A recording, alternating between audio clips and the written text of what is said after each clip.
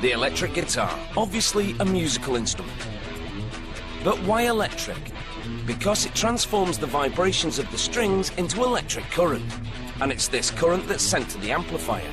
To produce music, the electric guitar makes electricity. So how does it work? Here is the most important part of an electric guitar, the pickups. They're the ones that transform the strings' vibrations into electricity, so they can be sent to an amplifier for everyone to hear. But to understand it, let's take it apart.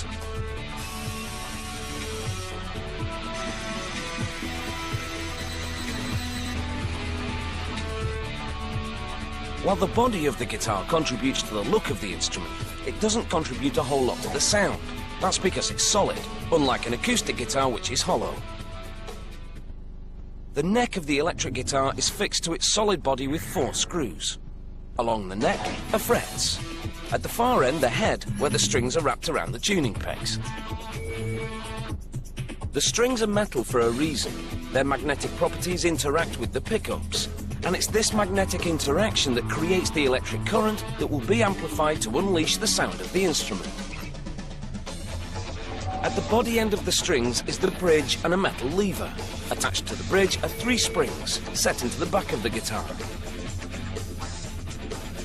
The lever is known as the whammy bar. It loosens or tightens the strings to create a tremolo effect.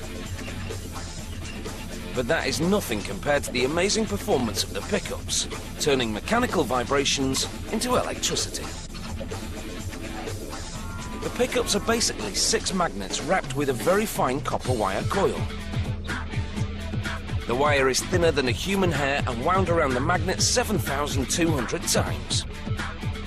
Uncoiled, it would stretch the length of around 8 football pitches.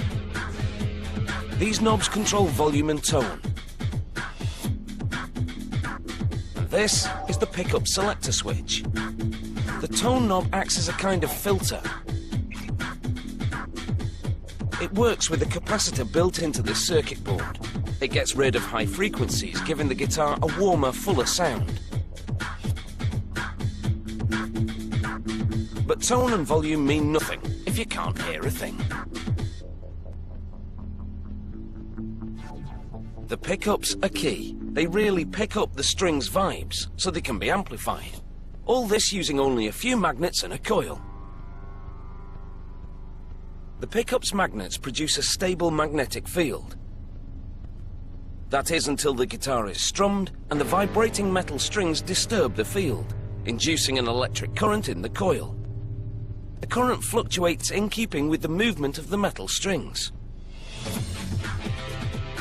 So if you pluck the A string, it vibrates at 440 cycles a second, or 440 hertz, and that will induce an electric current of the same frequency in the pickup.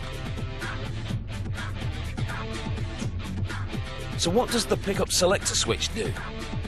Well, to get a particular sound, guitarists can choose one or a combination of pickups.